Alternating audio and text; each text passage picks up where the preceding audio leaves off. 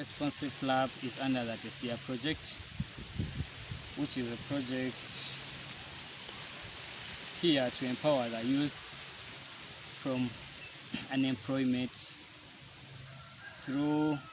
support, through financial support, through connections to some big organizations, and also education on how we the youth can embark cases of unemployment after graduating or even when still in school. So as gender responsive club, we look at the aspects of gender, the equality of male and female as it is expected from gender. So as a club, this is how, through TESCEA, this is how we get to curb the cases of unemployment through of the graduates. And through TESCEA, as gender responsive club, we come up with project ideas and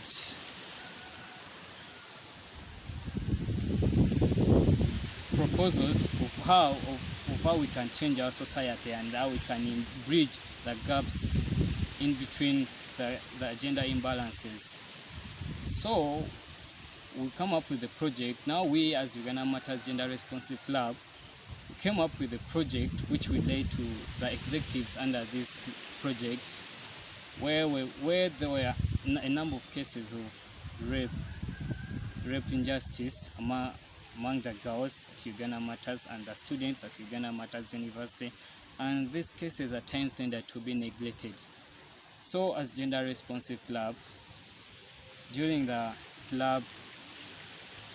presentations and innovations, we tabled our ideas and projects, and one of our projects was to come up with alarming system which would curb these cases of insecurity, more so in cases of rape among the girl and the female students at the Kozi campus.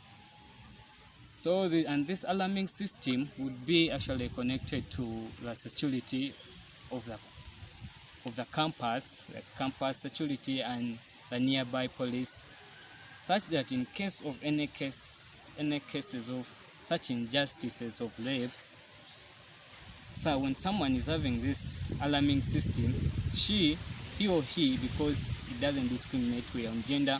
he or she can press a button on this particular device, and this security guards and the police, the nearby police, is alerted and it can come to the rescue of this person. So when we tabled as a club, we managed to come up as first run-ups, and just because our ideas and proposal was accepted by the club executives, the executives have tried to empower us with financial support and also connection to big companies like Katwe Industrial Makers, and these people have really helped us develop our idea and also gaining more skills, and also they help us in financial status, just that in case you want to start up a small project as club members, that fund can help you out. So in that way, because they don't expect you to take that money back, so in that way, as an educated youth, we use this money, although we're still in school, we haven't graduated yet, but this money has helped us. We invest in different projects as gender responsive club members, and we get small profits as we keep on moving to the community, sensitizing about gender responsive brightness and gaps, and also the equality which it brings, and also encouraging communities to come up with joint capital income projects, and these projects are still funded by this same